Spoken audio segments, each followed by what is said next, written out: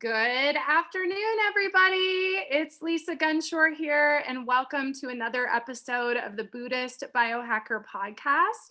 I am your host and your mystical guide through this crazy journey we're on, especially in 2020, called Life on Planet Earth. And I am so honored. There's no better day than a day I get to hang out with all the women that I love and respect. And that is what today is. And I love it so much. So I'm so happy to have with me Julie Hoyle and Taria Ward.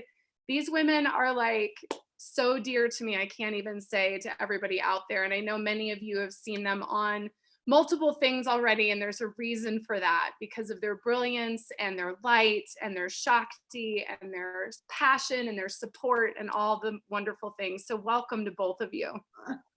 Thank you. Thank you. Thank you, Lisa. You're so awesome. Oh, I just love you guys. I really do. And I hope everyone, I see some people joining. So welcome in, come on in, like climb on into our little party.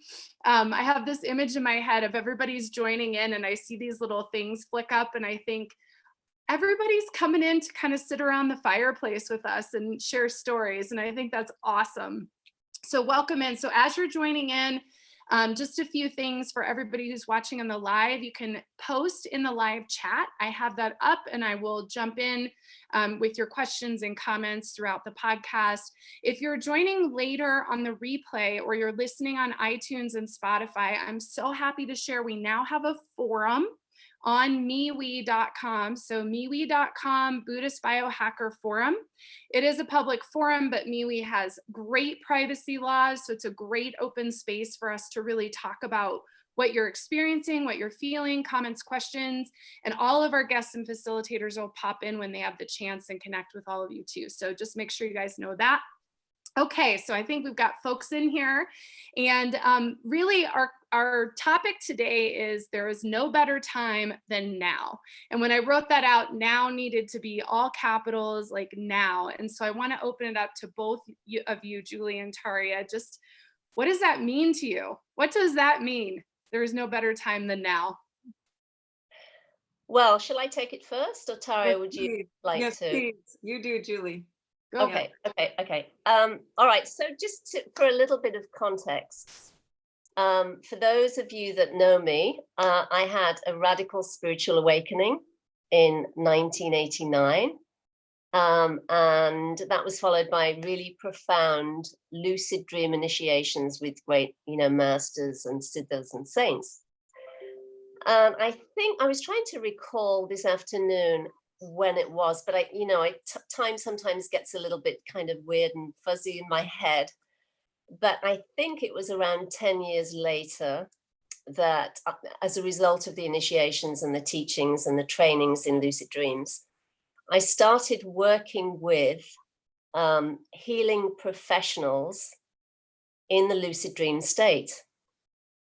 So I would travel and I would meet them and I would teach them different ways of working with energy, different ways of connecting in with their clients, how to work with their clients in the dream state, and so on and so forth. So I won't go into the details of that too much, but I'm just sharing that to say this, that I was having one of those sessions with a group of about, I think, a dozen healers. And we were on this astral plane in this place that was very beautiful. And I was giving instruction on how to connect with people, where their kind of pain spots were and where they were disconnected, and how to help them retrieve and see what the pain linked to, and then work to heal it. So I was doing that training with them. And in the course of that training, and this is all in a lucid dream, one of the participants said to me, Julie, I have clients that keep asking me, how do I lucid dream? I'm interested in lucid dreaming. Can you teach me how to lucid dream? What are the techniques?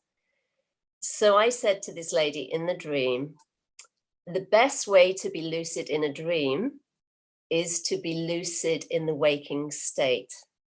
There are all kinds of techniques that you can utilize, but the very best most potent and most profound is to be lucid in the waking state. And if you're lucid and awake in the waking state, that very naturally and easily transfers over into remembrance and coming into remembrance in the dream state.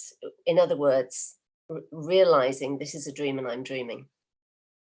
So I said that to her, and I've said that to people many, many, many times over the years, you know, in the waking state, when people have asked about lucid dreaming, I've always said the same thing, essentially, you know, be present in the waking state, and then you'll be present and lucid in the dream state.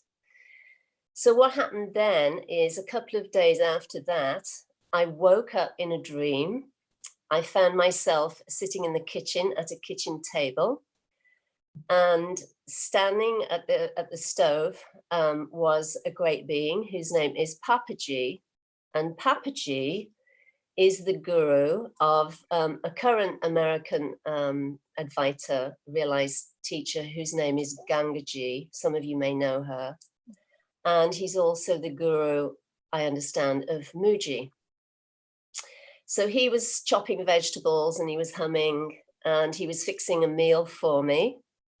And he was making this meal with rice and dal and vegetables. And also sitting at the table was a great Indian saint whose name is Anandamayi Ma.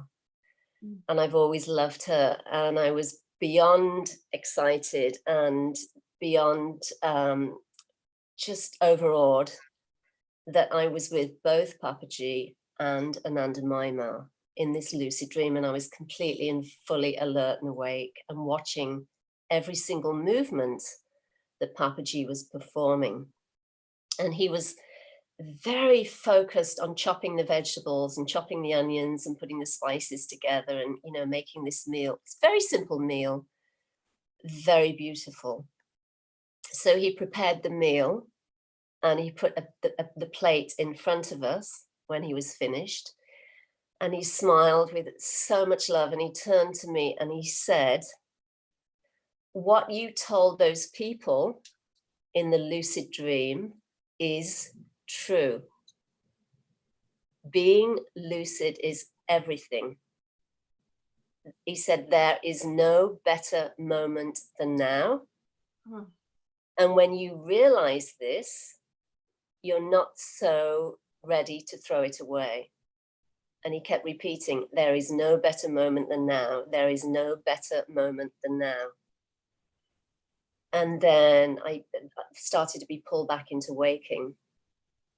So that mantra, "there is no better moment than now," really, it really took root inside of me very, very powerfully, because the thing is, it's so simple, it's so profound, and it's so true.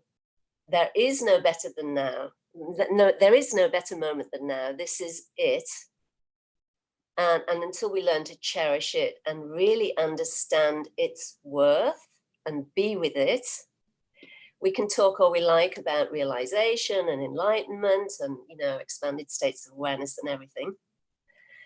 But until we're really, really lucid and really present right now with whatever is showing up, whether that's pain, anxiety, frustration, you know, whatever the dark emotions might be that are coming up, we will never fully be with ourselves. And certainly with, you know, what's happening in the world right now, the importance of being with oneself and appreciating, you know, everything that we're being gifted with and everything that we're feeling in response to what we're being gifted with is very, very important. So, you know, I really wanted to share that because that really speaks to, you know, the theme and the importance of what we are speaking to now.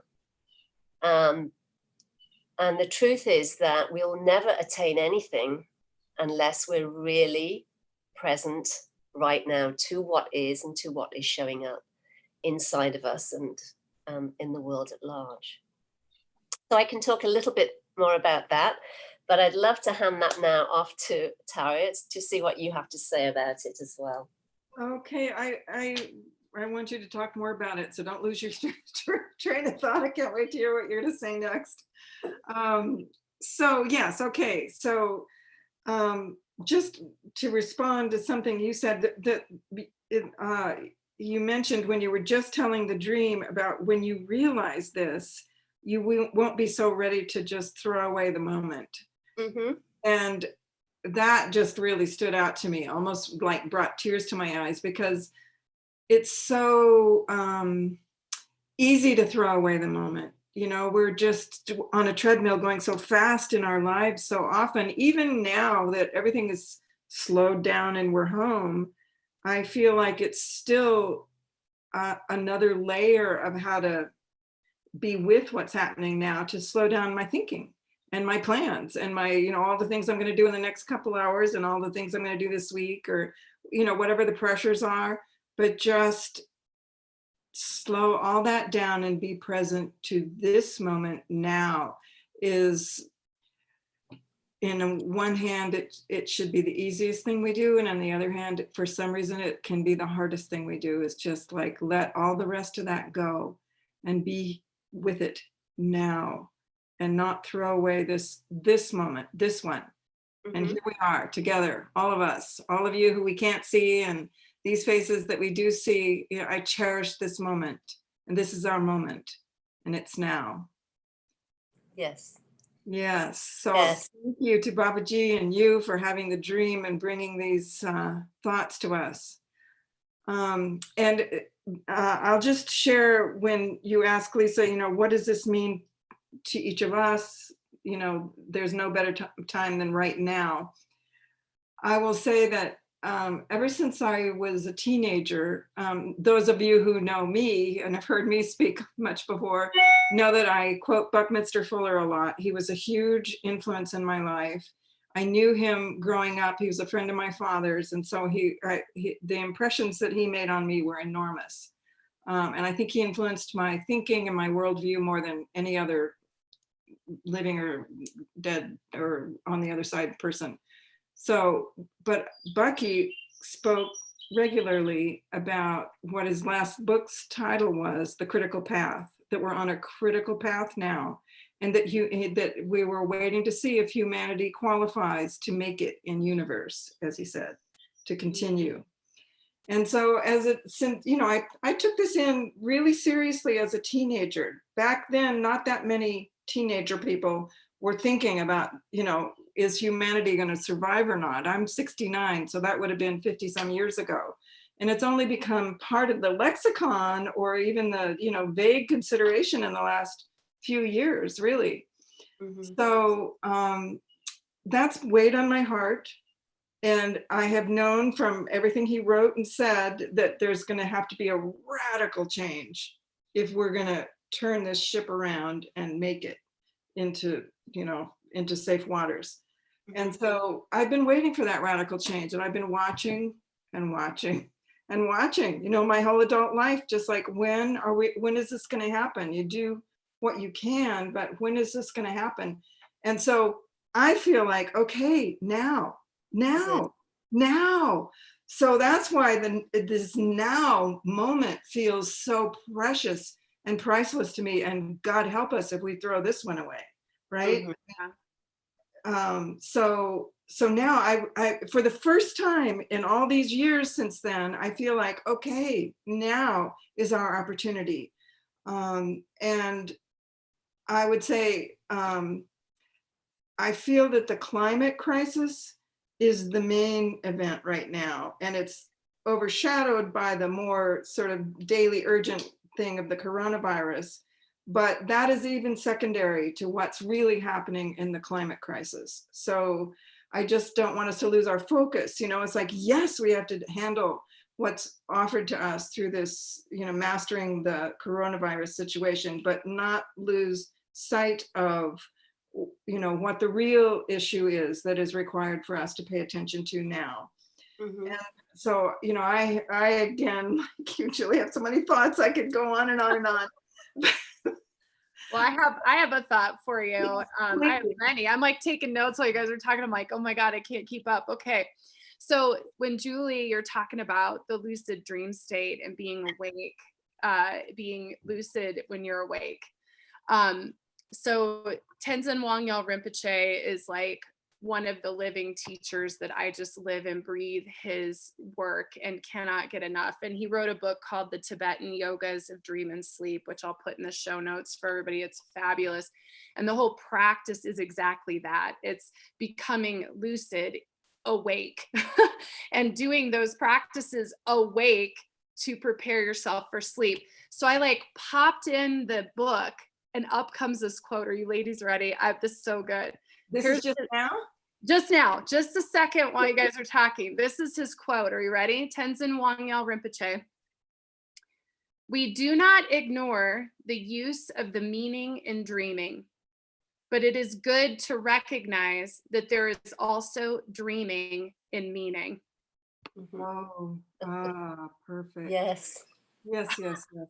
How perfect. Yeah. Right, right. So good. That is beautiful. Right. Beautiful. It just popped up, he just showed up for us. It's so good.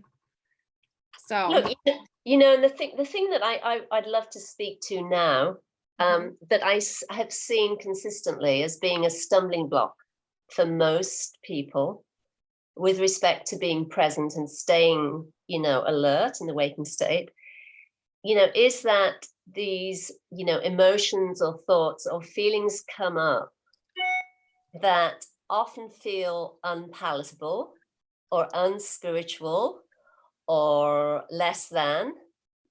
And so rather than actually meeting them and discovering what they're there to say, there's a tendency to pull back and try and find a way to be distracted or to medicate those feelings away.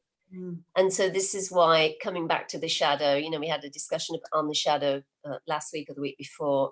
That is really important, because unless we actually work on those dark emotions and those parts of ourselves that we've really discounted or tried to repress, they'll show up in, either full force or kind of on the periphery, and they will, pull us away from being actually present to what is happening right now.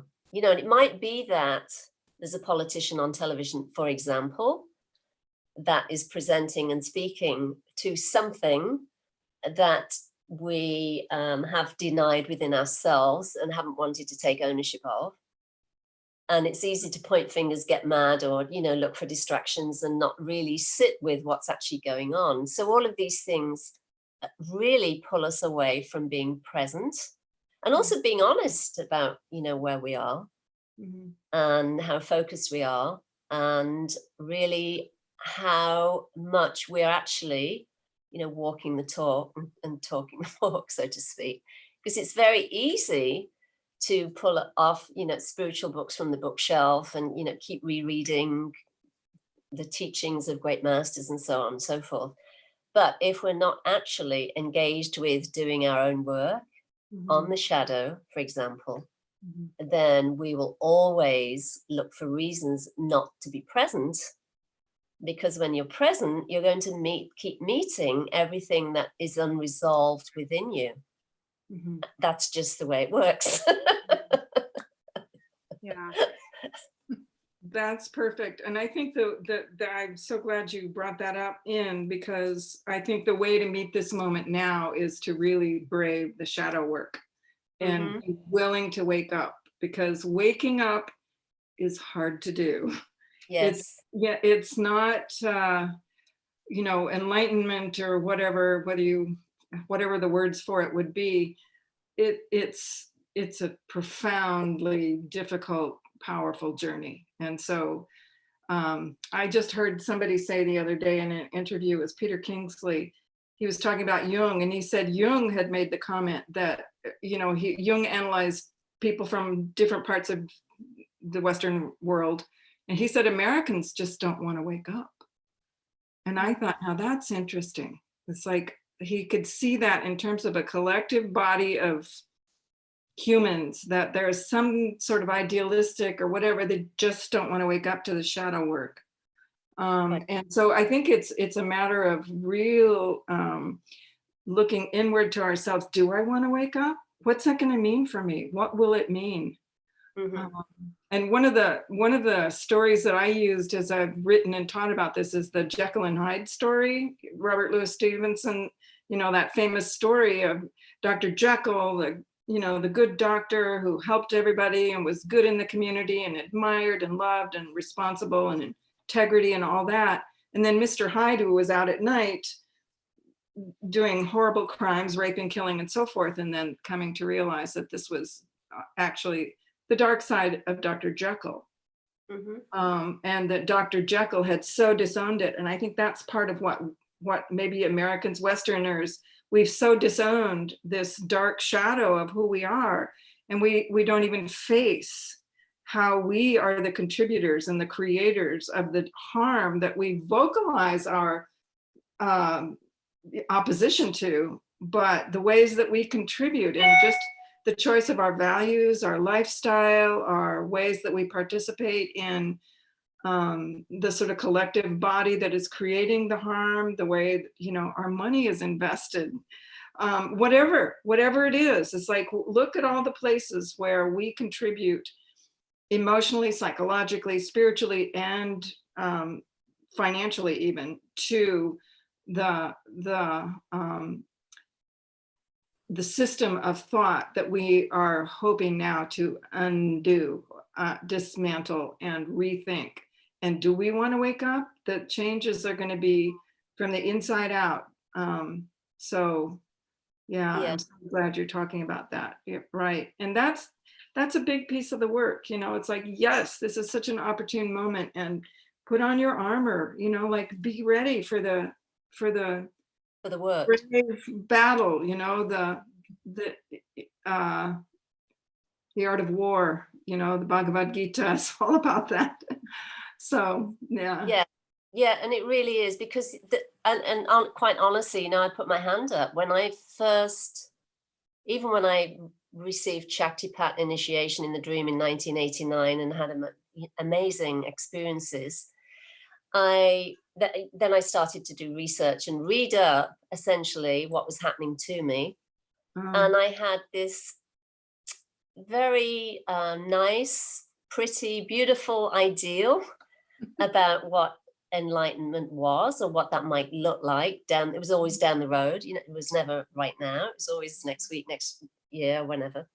And I just had this vision of walking around almost, you know, in white robes, saintly, never getting upset with anybody, being sweet and lovely all the time, being able to quote, you know, the great masters and the texts, and essentially not being touched by anything, because that, I think, somehow has entered the Western, in particular the Western psyche, with respect to what realization or enlightenment looks like and how it presents. And the reality is completely and absolutely not like that at all, because it's really a destructive process, actually, is what it is, from beginning to end. And every ideal or belief you had about who you think you are is torn away from you. Sometimes, you know, it's fairly gradual, and sometimes it's really brutal, and it's terribly debilitating. And sometimes, you know, it can take a few weeks or months, sometimes years. But you know, the bottom line is always, it is completely destructive. And what happens is, at some point or other, we have to agree to end the search, to stop, you know, identifying as being a spiritual seeker, to go inside ourselves, to own the darkness within, to meet it, greet it, have a conversation with it, and kind of integrate it. Then you find the meeting of the opposites happens, and then you find the midpoint, or the meeting point. And what happens from that point on is that you can be fully authentic, fully true to you. You're not trying to put on this kind of saintly demeanor, for example, or to repress anger and frustration and whatever else might be there. So it's not easy, but you know, essentially, if you want to live in truth, that work has to be done. You really have to face the darkness and meet it. And then you can live in a way that is real and true and has meaning and also has authority, because what happens then is whenever you speak, or even if you don't speak, your presence speaks for you, and it essentially does the work. You know, oftentimes you don't even have to say very much. And the people that you're with hear truth, and they recognize that within themselves. And I'm saying this to say to everybody that is here and is listening, this is your work too, and this is what you are called to. Otherwise, really and truly, you would not be in the least bit interested in being here and listening to anything that is being shared today. So it's a collective, it's this collective work of helping the world to wake up to the truth of who we all are, as one consciousness, as one awareness, as one truth.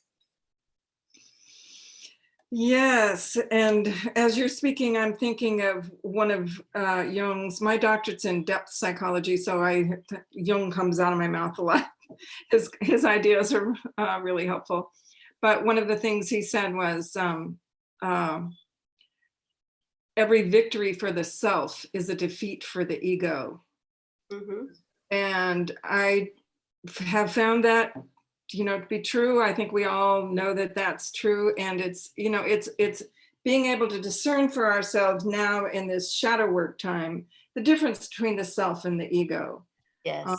And you know, once we decide that we are willing to wake up and we engage the, you know, the readiness for that, the humiliating processes begin. You know, we are humbled daily, constantly,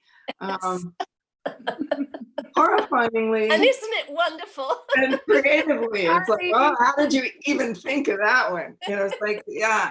And so, but just to really realize and allow for the humbling, you know, find the humor like this, but sometimes it's not funny. It's like, it hurts. And so, but to know that it's a victory for the self, you know, that there's a truth that's trying to emerge here, and that the ego is you know, it's a beautiful system of a structure for our being present in the world and being able to navigate, you know, school and business and whatever. You know, you need an ego for that. You need a sturdy one, but you have to know what it is and what it isn't. And it is not the self. And it's shattered. There's still a self there. Yes. And that's a big part of realization, is like, wow, you tore down everything I thought I was, everything I thought I believed, everything I thought I knew about myself, everything I liked about myself is all gone. And there's still something here, and how interesting. Yeah. So there is something here. Yeah. Well, and it's fascinating. It's happening on a global scale. I mean, to watch this unfold and continue, I think, through the rest of this year, this unfolding of everything we believe to be true, and everything that we had hidden from, going back to the climate crisis. I mean, you can't hide from the fact that the picture of the Himalayas in India 3 months ago and the picture now are completely different, that the pictures of outer space are literally, the sky is different, the reeds are different. Like, we can't hide from the fact that the decisions that have been made to protect during this pandemic are actually revealing to us the work that needs to be done. And we can't just go backwards to how things were, because those things are going to come right back and they're going to be a huge problem. And so the shadow work is like, it's incredible to see what we're having to go through in all different levels, even looking at just all the systems, you know, looking at the health piece too, like, you know, just seeing that through a functional lens. There's a really great podcast that came out. I'll have the link for the show notes too. I'll make a note here, but a very, very, very brief summary of it is that they have data and science that's showing how our genetics are mutating and transforming. and it's not good, and it's coming from all of the chemicals and the processing and everything that's happening, and it's what's part of what's made us susceptible to what's happening right now. Wow. Oh, how interesting. Wow, that is interesting. That's important research. Yeah, that's so important to know. And that goes with the machine cosmology that I was talking about last week, was, you know, that we are actually changing our DNA as we engage with this whole other cosmology that's based on not organic human nature. And so that our indigenous peoples are being most affected by this virus. I mean, I won't go there, but it's very simple to me that the keepers of those ancient DNA structures can't handle this dis-ease in our world. Interesting. Wow. Wow. Oh, look, no. We can't lose our indigenous peoples, and they're they're one of the most impacted by this virus because of their genetic structures, and that's a huge piece of the shadow that's been pushed aside and looked away, especially in the United States. You know, why do we have Indian reservations? You know, why are Native Americans on a reservation? And why don't they have running water? And why are they all getting sick? Like, these are things that are being swept away that are rising now. This is the shadow work we have to look at as a community, as a whole. As a humanity, they should be our most cherished, most treasured, most protected, most loved and heard part of our whole human family. So whatever we can do to pray or make that happen, that would be a good place to start steering toward remembering that, and also remembering what they represent as the indigenous part of ourself that we have silenced, right along with the people that have been marginalized and oppressed and silenced. We've marginalized, oppressed, and silenced our own indigenous nature, which is the truest part of our nature. So how do we revive that? And how do we help them help us remember? Yes. So, yeah. Yeah, well, you know, I can really speak to that, because that's really the crux of the work that I've been doing for the last 20 years now, is helping people to wake up to who they are, to honor their dreams, to really listen to their own intuition, to follow those, you know, pointers and that guidance, and to live from that place, and try not to get pulled into the critical mind and worrying about what other people will think, and trying to contain or constrain oneself. And I can speak to that directly, because that was my story essentially for years, because I always felt like I didn't fit in, and I didn't know how to relate, and I felt a bit like an alien in this strange land, you know, trying to navigate and figure out how time worked, you know, on all those things.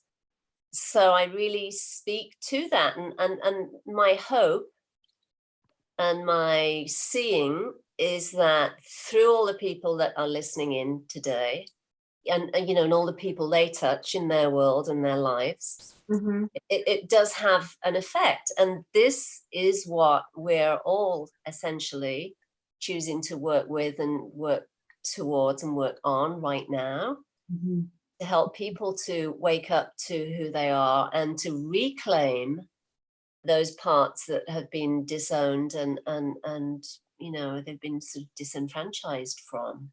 And I know the work you're doing, it's directly that. I know the work Lisa's doing is directly towards that. Absolutely. And it's really all about that. And that is what we're all being called to in our own way.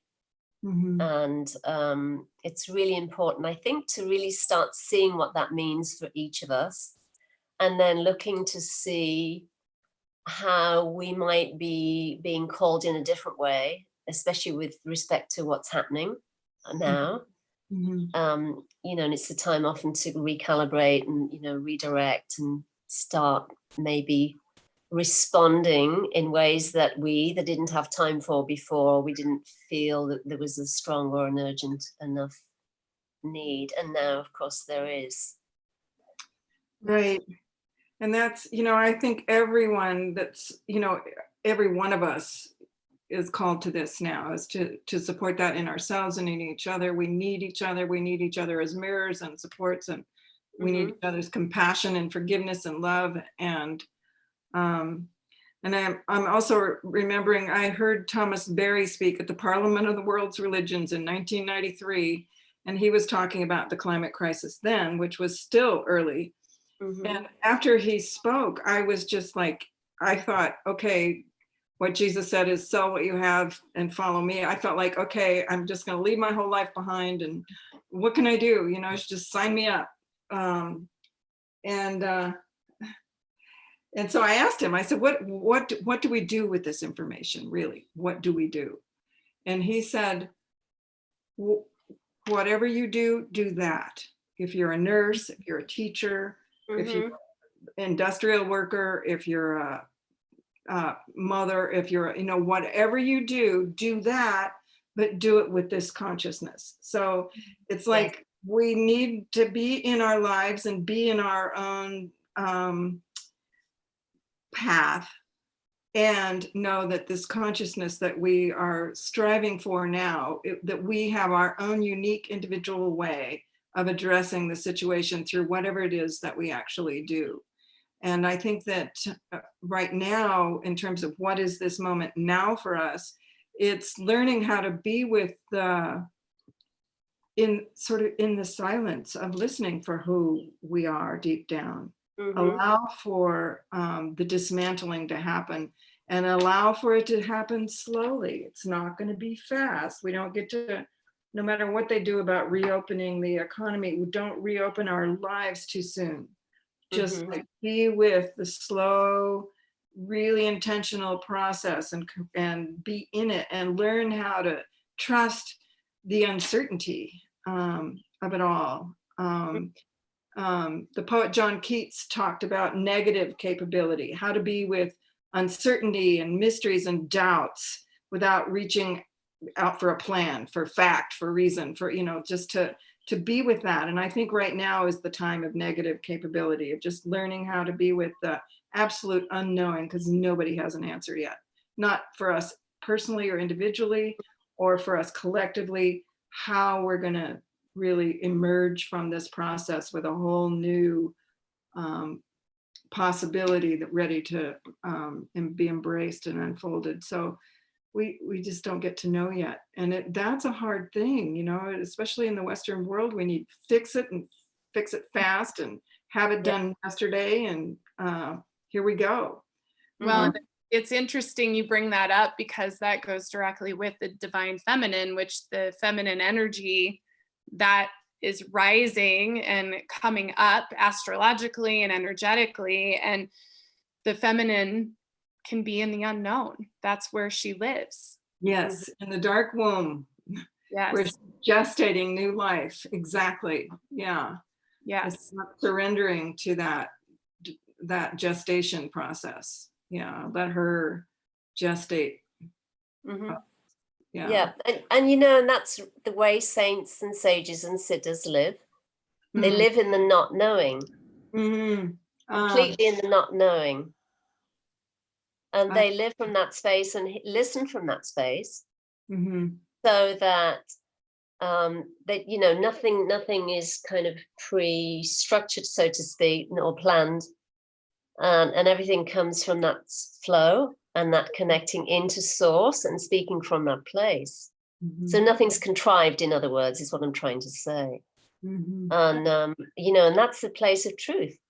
Well, and it's funny because I remember writing about this. I can't remember if it's actually published or not, but I remember writing about, because as a psychic, like my whole life is about what's next and telling people what's next. And I remember writing down to myself, or wherever it is, that it's pretty, joke's on me. My whole life's been about like looking at what's next, and it's really about not knowing what's next. Like that's really the point.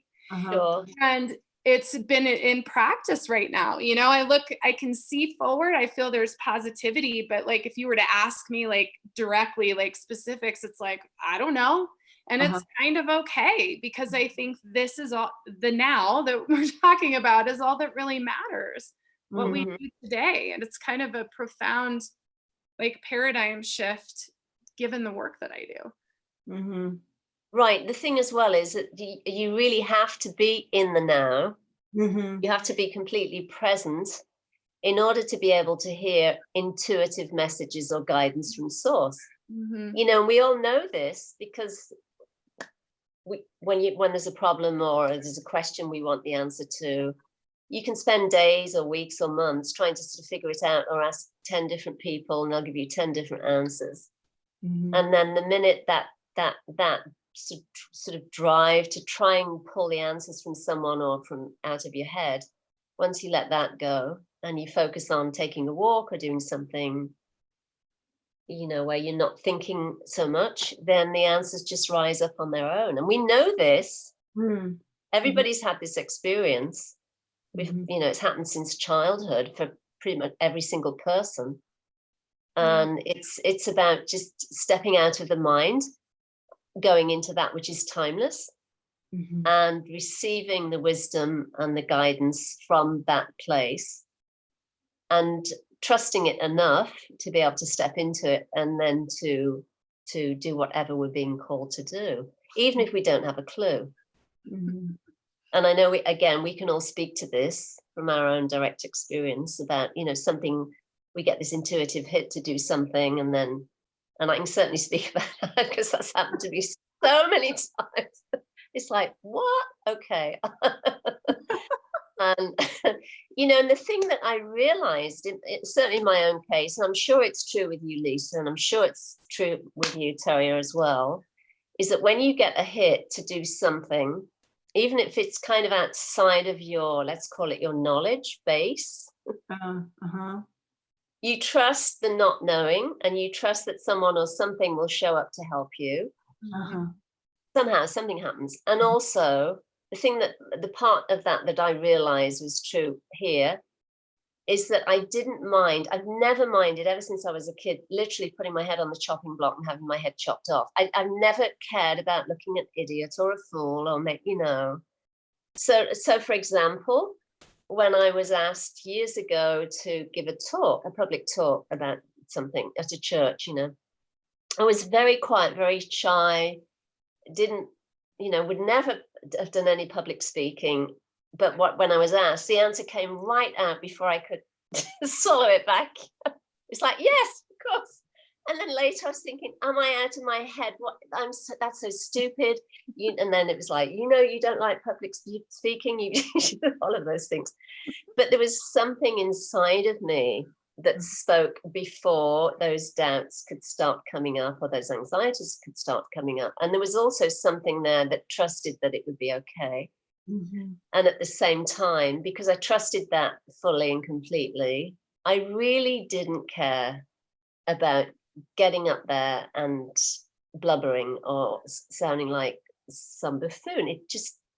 That was never part of the equation. So what's happened consistently is I found myself in situations where I really, really, truly do not have a clue about any of it.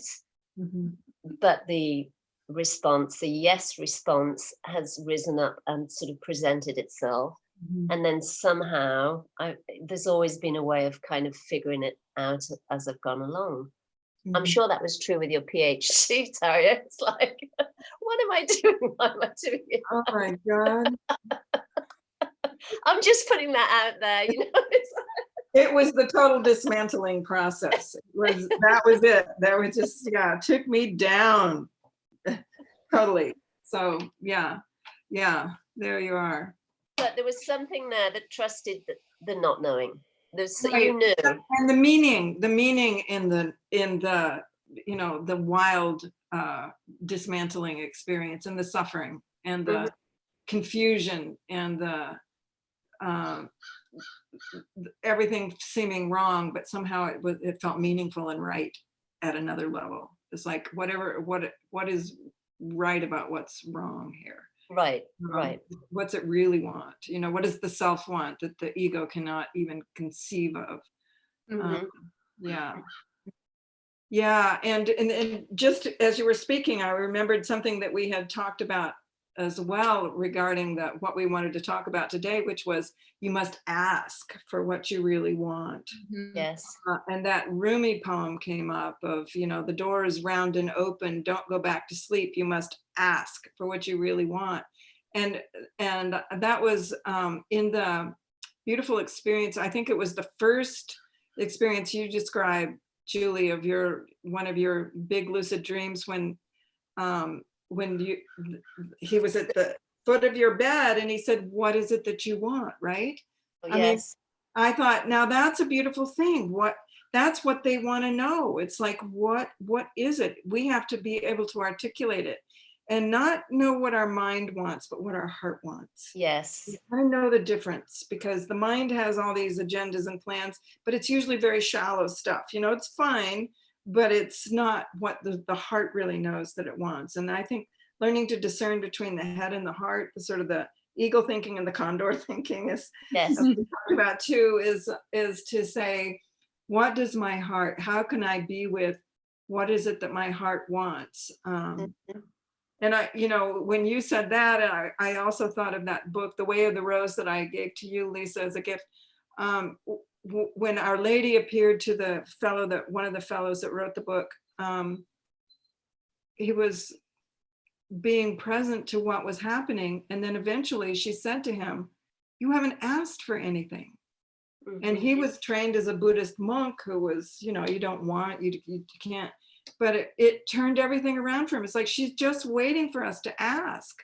We need to be able to say what our heart wants. What are our heart's truest desires now? Because that's sort of the ethic. It's like they don't interfere in our lives until we invite them and ask for what it is. They'll stand and wait until we ask. And even Jesus said that in the New Testament, ask and you will receive, but you have to ask. Yes, that's really important. It's a universal law.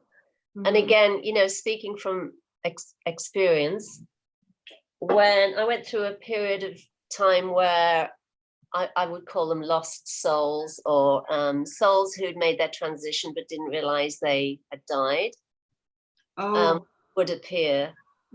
And sometimes quite a few of them were children, actually. It still happens, but not as much as it did for a certain period, which is about 10 years or so. But they would appear. I would wake up, see them at the foot of the bed, and then I would say to them, "Hello, welcome. If you're of God, you're welcome.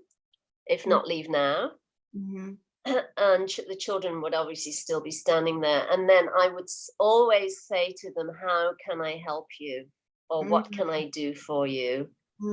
Because it was intuitively understood that I must ask and get their permission before I could say anything or do anything to help them. And that was true also with adults that would appear. And the same was true, or has been true, whenever I've traveled in lucid dreams to be with someone that's called me to help them, or whenever I've worked with a group, I always have to say, "How can I help you?" Or "Why have you called me?" And then I can do the healing work or the teaching work or whatever it is I'm being invited to participate in. And that part is really important. And again, from my own direct experience in other lucid dreams with masters and saints and sages and siddhas, oftentimes at least 2 or 3 times, I've written in my journal across the years when they've said to me, "Why do you ask for so little?" Oh, interesting. Why do you ask for so little? And and the thing is that I know I asked this great being. I said I wanted the darshan of the saints, sages, and siddhas, and that, which is wonderful, and it's been amazing and everything, and that's been consistent. And then following that, several times they would say, "Why do you ask for so little? You could be given everything. You ask for very little." And certainly in my case, and I think it's true with a lot of Westerners, the spiritual seekers in the West, there's this belief that you have to be humble and, not ask for things. Mhm. And what happens is, from my own seeing and from this place here, Mhm. that humility happens through the work of, working on the shadow and all the other things you face with. It kind of happens naturally and organically. Mhm. It's not something that you can strive to sort of put on you like a cloak, because that never works anyway. It just happens of its own accord somehow. So it really is important, coming back to what you were saying, that you really have to listen to what your heart really is longing for, and to speak to that with respect to your intentions. Mhm. And certainly what these great beings were pointing to in this case was to ask for realization or enlightenment, or the complete movement into that realization, rather than asking for, I don't know, like a better job, or, and I'm just pulling these things out. I wasn't asking for a better job, but, I'd have questions about work or whatever. And what they were pointing to was, once realization takes place and there's a movement into that, and there's a full acceptance and awareness of that as this here, then everything else somehow is taken care of. So in other words, it's kind of like putting the cart before the horse, or whatever that saying is. Yeah. Well, and it's important, both of what you're saying, I mean, both of you, it's important what you're saying, because we're in a point where we always have created our lives, but what we create, especially in the next 6 months to come, affects decades in front of us. Yes. And understanding that we have that self-responsibility in what we create, and that creation is based on interdependent reality. We all are in this together, and every choice and everything you ask for and everything you want and everything your heart is crying for and everything that yourself is our future. And that future is right now. I mean, Yeah. this is it. So whatever you're thinking in this moment today, like, that's your future. So make sure it's good, be in that authentic space. I would totally want to share my dream. I was kind of waiting to see. Please do. I was hoping you would. I had this dream, and it's so great. I had it 3 nights ago now, I think, 3 nights ago. But for a lot of folks who know me, I worked in fashion retail for 22 years, which, yikes. And so I still have my little fashion retail dreams. And I think that in the lucid state, the stores that I managed are sort of like how I relate to the world in a lot of ways. So I had a dream the other night that I was at a store I managed back about 10 years ago, and I was walking around the store, but in the dream, I had a different boss. I wasn't the boss. There was somebody else that was a boss, but it was somebody I knew in this lifetime also. And things were kind of scattered and messy, and I was frustrated that they had made things messy in my store. I was kind of like mad about this.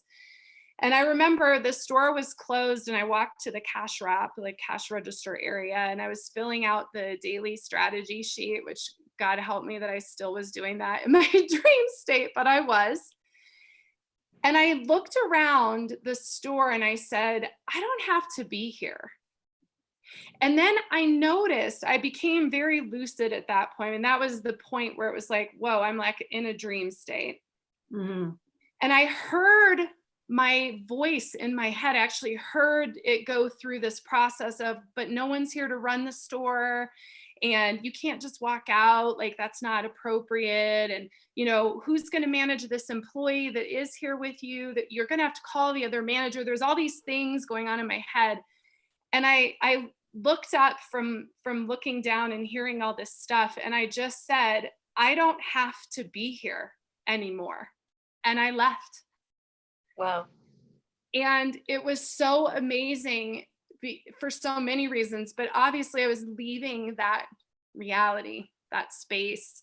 Mhm. And of all the years, of all the retail dreams, I woke up and I thought, I really did just leave that. Like that is done. But I also left that dimensional reality that I was in. It was very profound. And so just in what we're talking about, we don't have to be here in the reality that we're experiencing. You can just step right out of it. And now is the time to do that. Now is the time to wake up and say, ooh, this doesn't look very good, but I don't, it's time to make some different choices and changes and step out of that. Mm-hmm. I kind of wonder if the fact that the retail industry is like kaput right now, if that allowed the psychic structure that you had that even just felt that reality or experiences that reality to finally realize there's a different choice you can make. Yeah.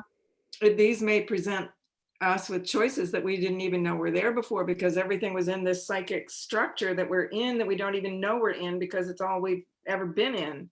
Mm-hmm. Like the water we don't see. So the fact that that's all fallen down, that's a really beautiful thing.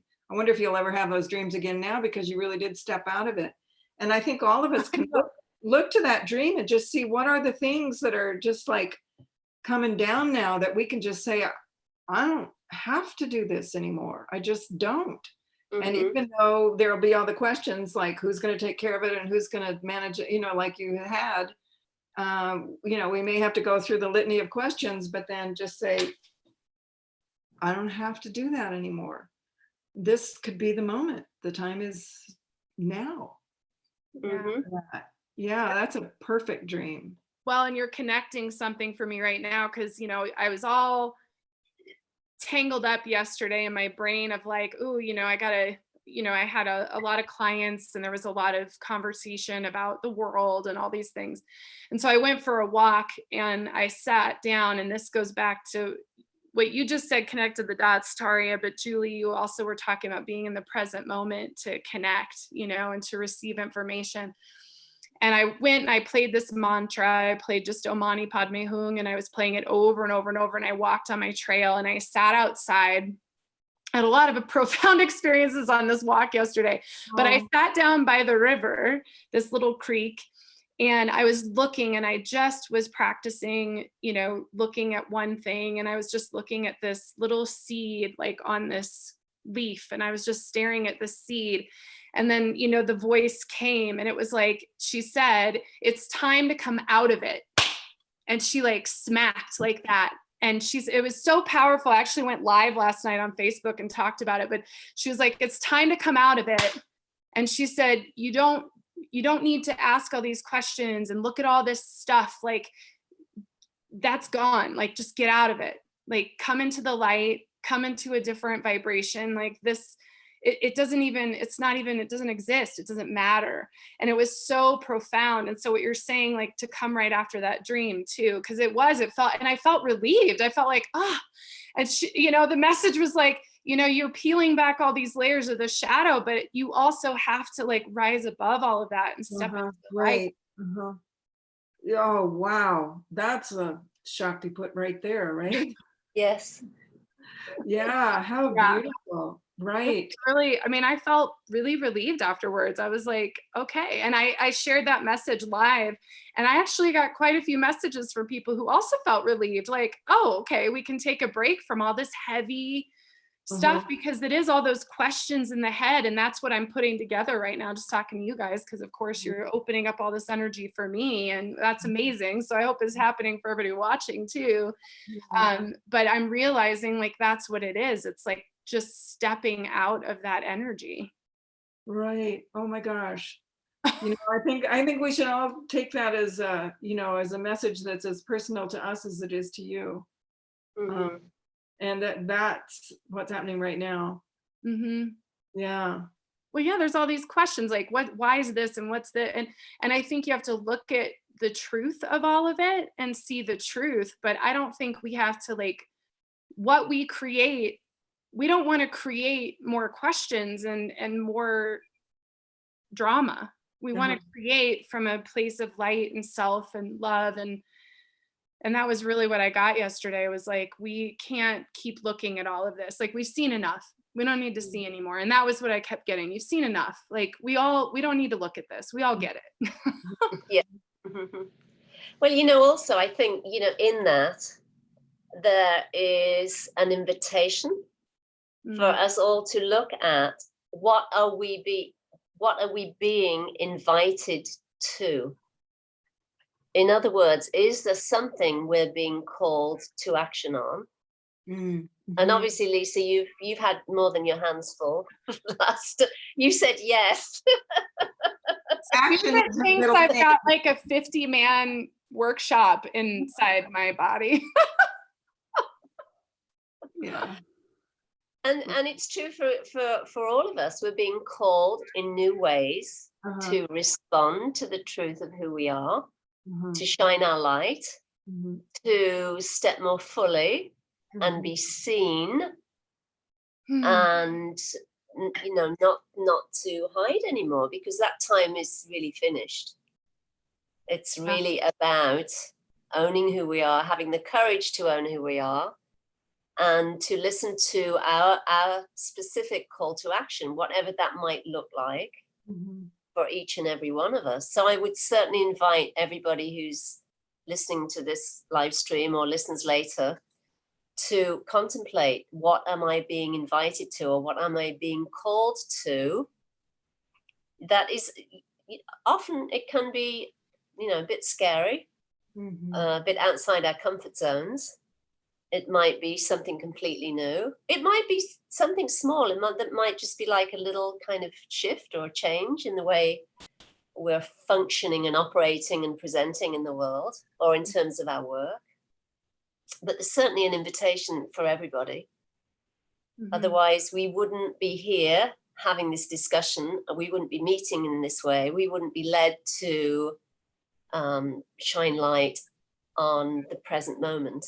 And there being no better moment than right now. Yeah. So it would be lovely. I mean, I would love to hear, I don't know how many people are on the call, because I can't see. I don't know whether you can see the Lisa. Yeah, But there's a few. Yeah, there's a few. It would be lovely to hear what people are being called to, you know, right now. I mean, I can speak to what I'm being called to, and certainly I've spoken about this before with respect to your invitation to speak. You know, I said yes, because that was what I was being told to do. And I've thoroughly enjoyed it. And I'm speaking about things that I would never have shared before. And even before coming on the call today, you know, I asked the question, is it okay to speak about the work that I do, you know, in the astral planes, in lucid dream state, working with, you know, healers and so on and so forth? Because I haven't spoken about that. And then, so that was one part of it. And then the other part is I've started writing a book that I actually thought about some years ago and never seemed to have the time for. And now it's presented itself, and I've said yes, and I'm working on that. And there's other things that I'm stepping into and working with. And I'm sure it's true for everybody else that is on the call. There is something, some new project or some new way of working, or, you know, really because of circumstances having to shift and change the way, for example, they generate income. It might be that they're being called to look at that. But certainly I think it's true for everybody globally to reassess and essentially look at how we are utilizing our time. Taria, what's your call? Well, you know, what I've been thinking of is sometimes these stories we hear along the way in our life become like parables, like, you know, that so here's a story that Thomas Berry, who's somebody I love, eco-theologian, and Brian Swim, who's a scientist who is one of his students, but Brian Swim is certainly a great mind and writer and thinker in his own right. But he said that he considered Thomas Berry his teacher, and he said, Thomas Berry asked him, what is it that you want? And Brian said, enlightenment. And Thomas said, well, why don't you ask for something more practical than that? And he said, well, like what? And he said, like, how to create the more viable human. Mm. I have always loved that story because I felt like at that point it put words to what I feel like I have always been wanting to do. That's what I'm asking to do, and that's what I apply myself to do is, and I feel like that sort of says, these are the opportunities to create the more viable human on this planet. I mean, we're all star beings. We're all from some place, and that we've come here for a purpose, but we haven't been a viable presence on the planet. We've been destructive. And so how now do we become viable and create the possibility of making a planet where 100% of life on Earth can thrive instead of just a little small percent and everybody else suffers? You know, it's like, how do we make a viable human? And I feel like that's what I'm called to do every day, is like answer that question for myself. How do I be a viable human? How do I make, contribute to the possibility of creating a species that is viable on this planet? Because, these are my brothers and sisters. We're all in this species work that we have assigned ourselves to do. And so how do we do that in a way that contributes to the abundant life on this planet that supports and loves us? So I guess, I think that really kind of is right at the heart and core of what I get up in the morning and want to be a part of, feel called to. And I love that. That's beautiful. Yeah. It's just simple, and I like that he said, I want enlightenment. And he said, do something practical. Well, Doesn't everybody want to have an enlightenment party, though? Doesn't everybody boogie down with the shadow? I mean, yeah, there you go. Yeah, we got to make it sound exciting. Yeah. Well, I wasn't going to talk about this, but I'm like getting prompted from spirit to talk about it. But I can't tell you how many messages I have gotten, phone calls, emails, texts, whatever, since the summit started in April, from folks who are waking up. Talk about Shaktipat. It is, it's everywhere. And I had a few clients yesterday who are like, my microwave's blowing up, my phone's not working, I'm crying all the time. I mean, heavy stuff is going on because everyone is waking up in such a profound way and they don't know what to do.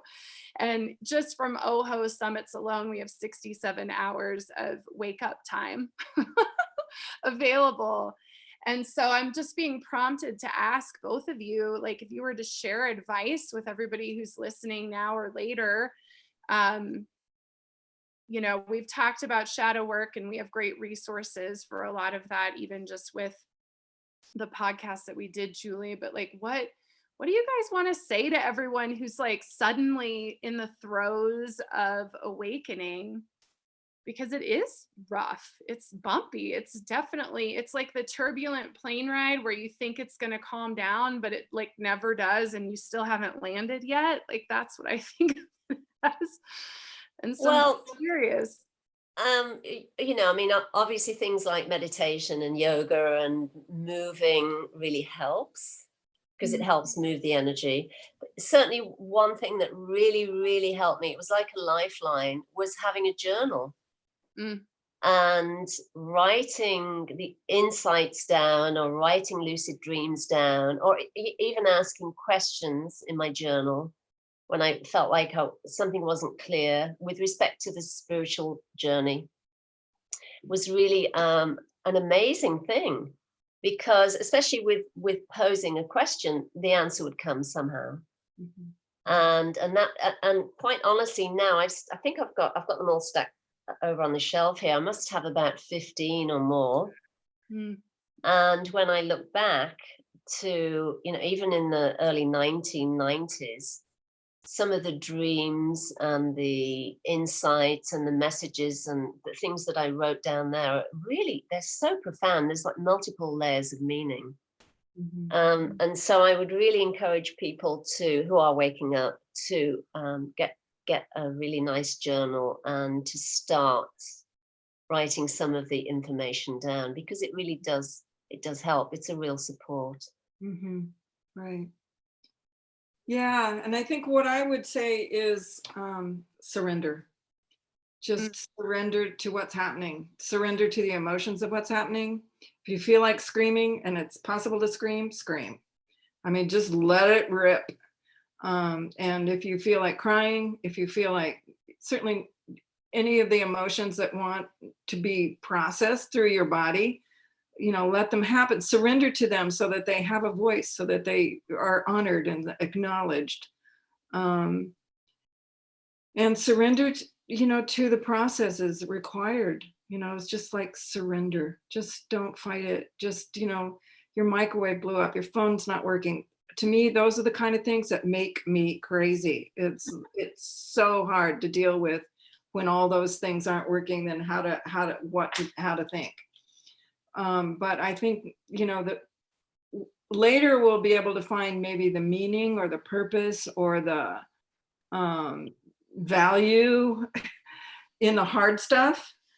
But in the moment when the hard stuff is happening, don't even try to find the meaning or the purpose. Just surrender to it. Just, it's happening. And whatever that requires of you, to just be like allowing, just allow it all to just happen. And make that a project. You know, it's like we can't patch this back together. We don't want to. So how do we go through the process of being present to the, you know, the craziness of what this is requiring each of us? I don't think there's anybody who's not having a difficult time right now. I mean, I think a lot of people really trust it and are really grateful and are like, yes, you know, we need this. But how to get through it in a, you know, in a sort of viable, put one foot in front of another way and deal with the emotions involved, and the concerns, and the grief, all of it, you know, how to just sort of surrender to all that it asks of us, which is a lot. So that would be my thought.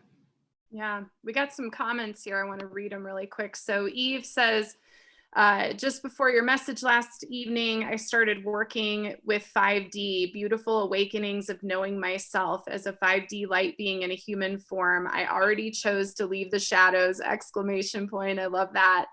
And then Kay Helene, I hope I'm saying your name right. She said, something is definitely calling me, but I'm not sure what it is. What I thought it was, I'm not sure that it is what I thought it was a couple months ago. I'm still waiting for that knowledge to emerge from my heart. Thank you guys for sharing. That's really good. That's lovely. Yeah. Well, because it definitely has changed. I mean, what I thought, I mean, I don't even remember what happened 3 months ago or whatever, but I'm sure it's changed. Yeah, it's like 3 minutes ago, it changes. That's true.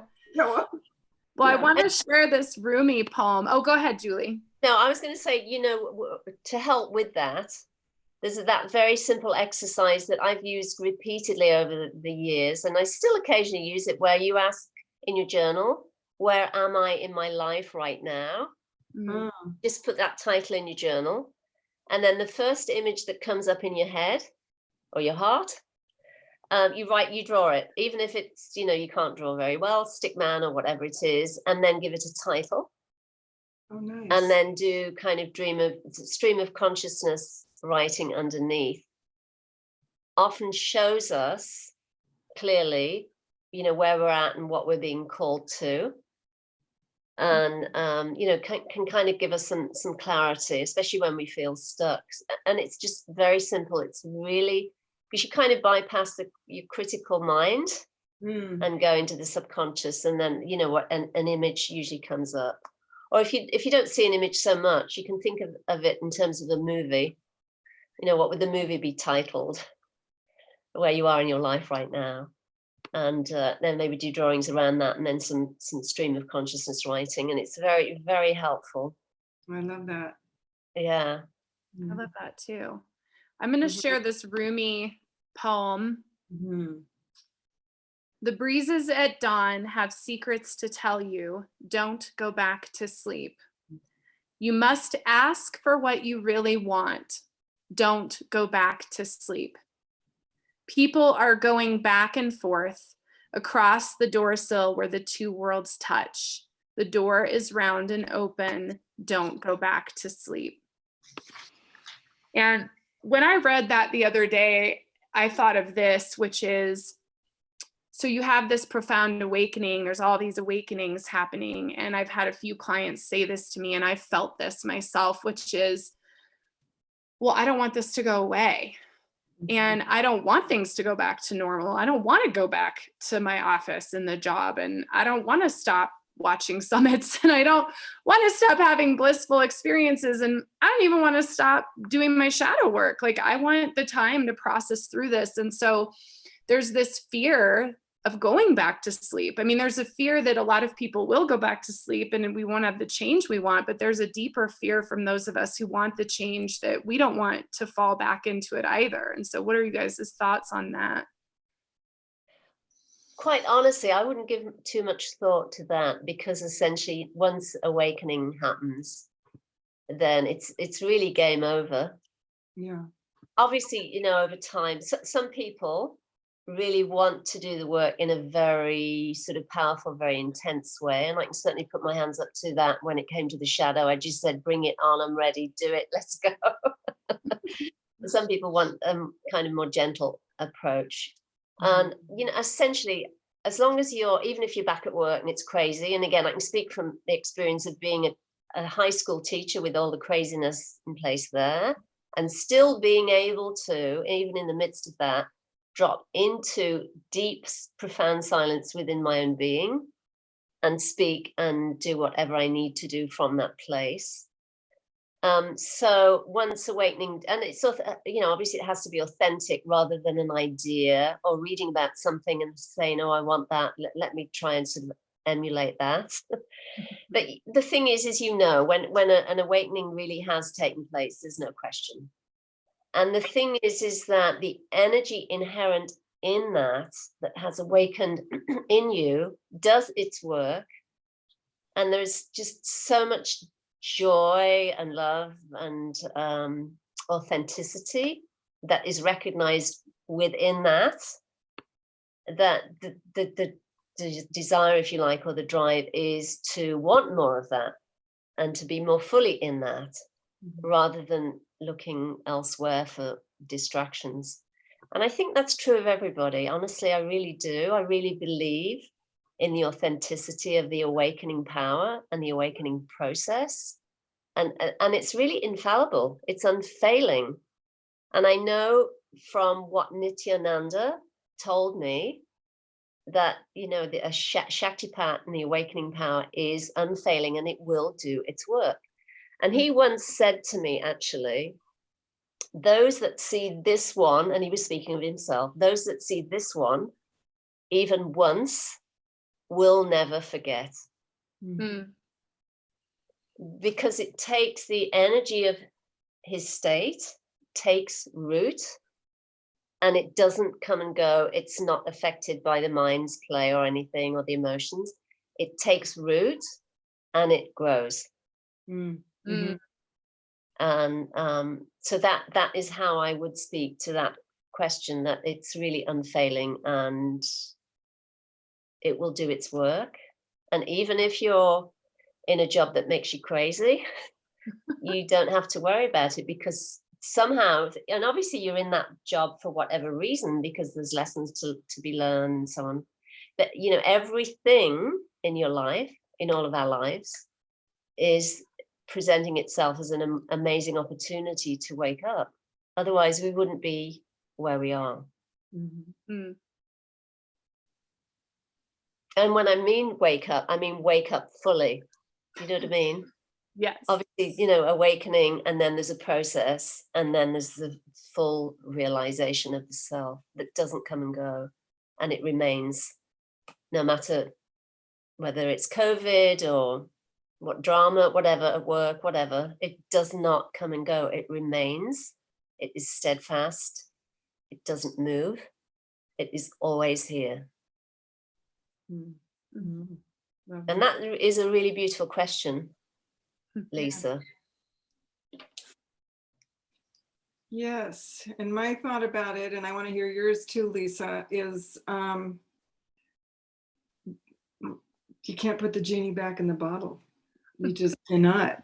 So, you know, people may want to patch together their lives as they were, get back to where they were and start from there, but good luck with that.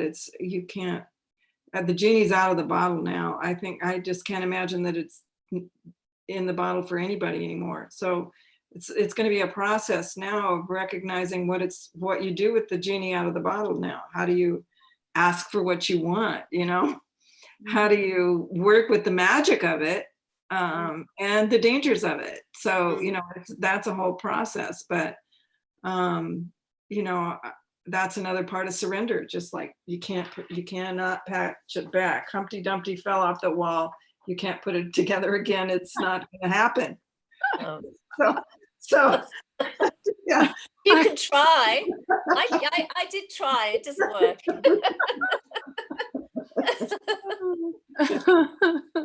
Yeah. So what are you thinking, Lisa, in terms of that? I agree. I mean, I think going to the Matrix reference, you know, you can't not take the red pill once you've taken it. Like you're out and there's no going back. And I think too, like in my own experience, what's happened is even if I went back to a job or I, you know, went and did whatever it was, even watching a movie with the kids, to be honest, I mean, that's a very mundane thing in the midst of all this stuff going on. It's like, I told my husband, oh, I talked to Thomas Jefferson, and then I like go and watch a movie with the kids. It's like, what? He's like, I can't keep up with you. And so, but the point is, it's just not the same. So even though it's the same, I'm seeing it with different eyes. And so I agree, like, even when you go back, because I just don't believe in going back, I think it's always forward. But I think you're just seeing it differently. And what I've noticed with myself in particular is you have more compassion and more patience, and I give more space to the people around me because I recognize that they're me and I'm them, and there's value in what they have to say. Where years ago, I was the boss of my store and I ran the store and I did what I needed to do. And it, you know, I was good with people, but I don't know that I gave them the space where now I notice, you know, that there's space that needs to be given. So I think that's what's different. And it was interesting. I had this vision of time being these like spirals, these like DNA spirals.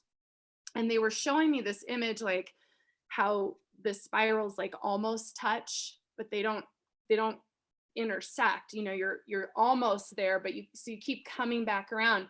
And then a couple days ago, I walked a labyrinth with my husband, and I'm walking a labyrinth and I was like, oh, this is what they were showing me. Because, you know, the labyrinths, you go and then you almost go back to where you were, but you're actually not in the same spot.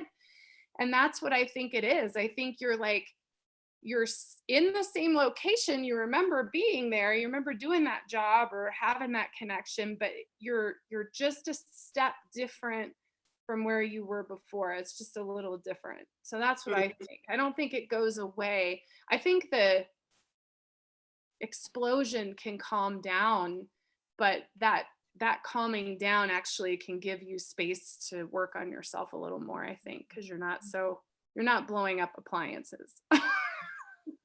Maybe some people always do, but some people always do. Yeah. It's true. I just can only laugh because you both know how that works. Like all of a sudden stuff blows up and it just happens, and it's the weirdest, craziest thing. And I've had multiple people have technology issues, and the message I keep getting is to ask yourself, is this system still working for me? Because something is not right anymore with whatever's going on. Yeah, actually, I remember when a few days after I got Shaktipat in a lucid dream, we had recently bought a brand new microwave, and back in those days, they were expensive. I think we had it for maybe 4 days or 5 days or something, and I got Shaktipat, and then the next day it just blew. I mean, it just blew. There was smoke coming out of it. And then we had many instances where light bulbs would go really, really bright.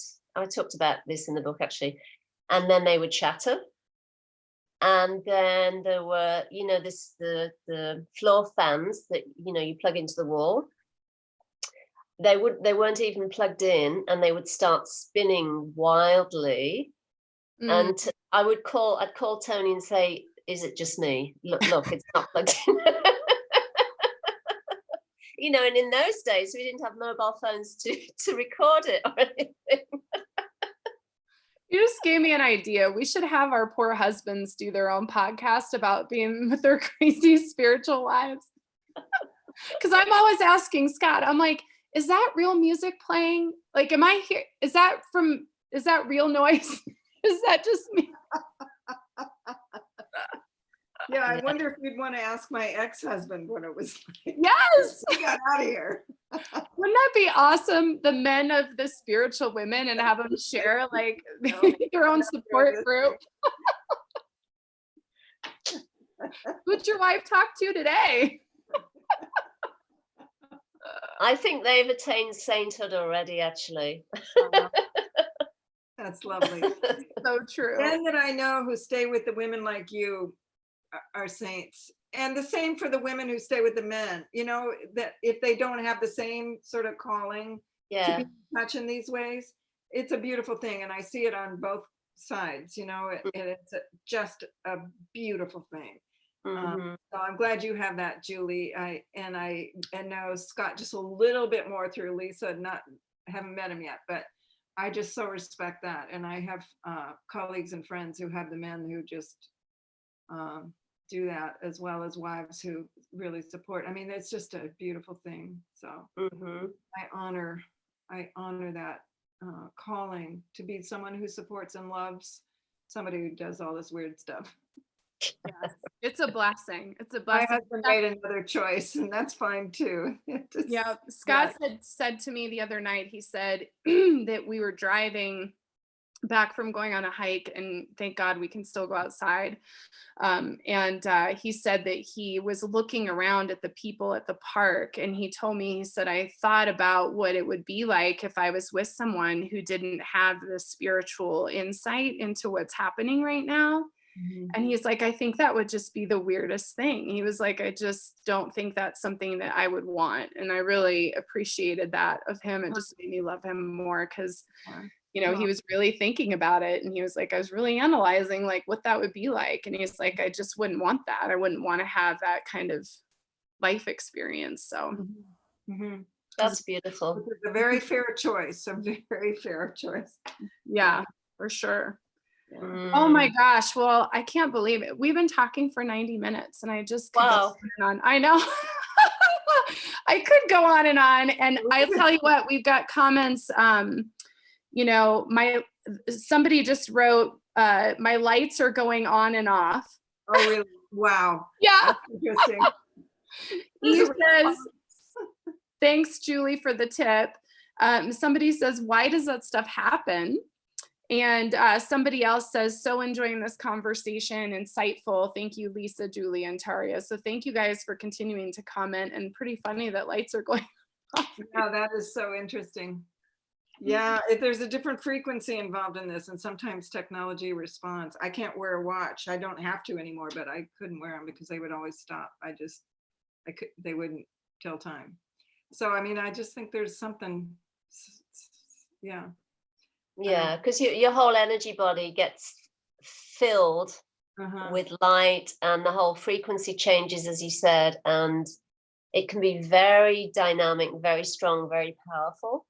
And so it does affect electrical equipment with, the obvious things like microwaves, computers, laptops, phones. So, yeah, I mean, that does happen. Yeah, it does. Yeah. Same way. I actually had a watch completely fall apart, like into pieces in the middle of work. And that was the last watch I've ever worn. Yeah. Finally, you just give it up. I got a new one and then a new one, and you just say, all right. Yeah. I don't wear a watch either for the same thing. I just can't wear a watch. Yeah. Well, now that we have these, I don't need one anymore. But there was a time when I needed one and I couldn't. And yeah. So you just don't Yeah. get Yeah. to have that. Yeah. And also, you know, the things that are happening in your physical body as well. There's all of that that goes on oftentimes. Mhm. Because I used to go through periods where I would be really ill, you Mm. know, either with, you know, stomach issues or all kinds of things would happen. And I knew it was all energetic. I just knew. And then I'd often have dreams with Mm. yogis or masters that would press points, you know, in my body. And then there would be a shift and a change. And then I'd wake up feeling much better. But, you know, a lot of that is to do with this awakened energy. It does affect you physiologically Mhm. as well as emotionally. That's why there's often a lot of crying or hysterical laughter or, you know, whatever, these great changes and shifts in mood. Mhm. And, you know, it can create a bit of imbalance in the mind as well. Mm. You know, it's like a lot Is of that music really playing? I love that, Lisa. I'm going to remember that. That's really cute. What? Is Which that one? music really playing? Oh yeah. Yeah. Yeah. Yep. I do a lot of that, a lot more now than I used to too, where it's like, there's totally somebody standing here. Like I've had a lot of that kind of stuff where I'm seeing and here I'm having a new opening to my senses that I have not had before. And so, yeah, there's a lot of, is that a real person standing there?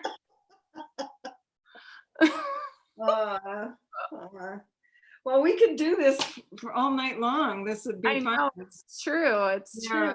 Yeah. Well, I just love both of you so much, and I'm so glad to have you on. And there's so many sharing their appreciation right now online. So thank you very much to everybody here, and everyone who's watching live, or if you listen later. You can either continue to comment in the YouTube comments, or you can jump over to the new forum on MeWe and share on there, depending on what you feel comfortable with. So that's an option as well. And we'll keep this going. And I'll be sharing, I wrote down some of these great questions that Tari and Julie shared and some quotes and things. So I'll keep throwing these things out on social media so we can keep talking about this, because I think it's lots and lots of great stuff. And yeah, we'll have to do this more again, new topics, same topic, I don't know. And thank you so much for taking the time. I mean, really, I know it's asking a lot to have you take time out of your day and your schedule to talk about these things and to share. And I really appreciate you taking the time to do that with me, and for everybody who's watching and everything. It just means so much to me. I respect both of you so much. And I love you both so much. And it's just a treat to spend some time with you. I can't get enough of the energy. So thank you so much. Well, we love you. We love you. So appreciate you doing these things, creating these conversations. They're so creative. It's creating new consciousness for all of us, you know, as we gather together and think together and put our hearts together. So thank you for making it happen. Lisa, you're amazing. Oh, thank you guys. Thank you, Lisa. And thank you for the thing is really it's about creating community. Yes. And having community and having a platform or a place to go to be able to ask questions that, you know, you really can't ask everybody. And just have this kind of shared communion, this shared wisdom.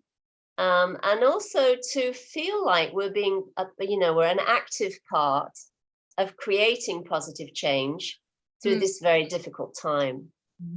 So I really appreciate that you accepted the call to create this platform, and that you've invited us to speak and to share, because it's really, I really appreciate it and I really value it. And actually, I really love coming and sharing and, you know, connecting with people. It's great. So thank you. And thank you to everybody who's listening. Yes, thank you for your stories and your wisdom and your all that you have to share. I've really enjoyed hearing it. Oh, thank you so much. Thank you to both of you, and thank you to everybody who's watching and for all your great participation. And yes, community is so important. And I think it's important for all of us to know that you're not alone when you hear the music playing in your house, and you can't You don't know, or you have people showing up at the end of your bed or whatever's going on. Like, you're not by yourself, trust me.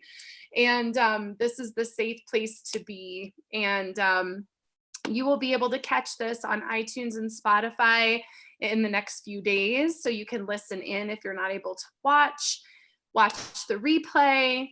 There's another summit coming, so stay tuned for that. And there's more to come. And if you missed Sue's presentation this morning, I highly recommend watching the replay. She was on the podcast this morning talking about energy and anatomy of the endocrine system, and it was really fascinating. So check in with that too. And much love to both of you. Thank you so much. Love you both. Love you both. Thank you. Love you too. Yes, yes. Thank you to everybody, and have a great night. Yeah. Thank you. Bye. Bye. Bye.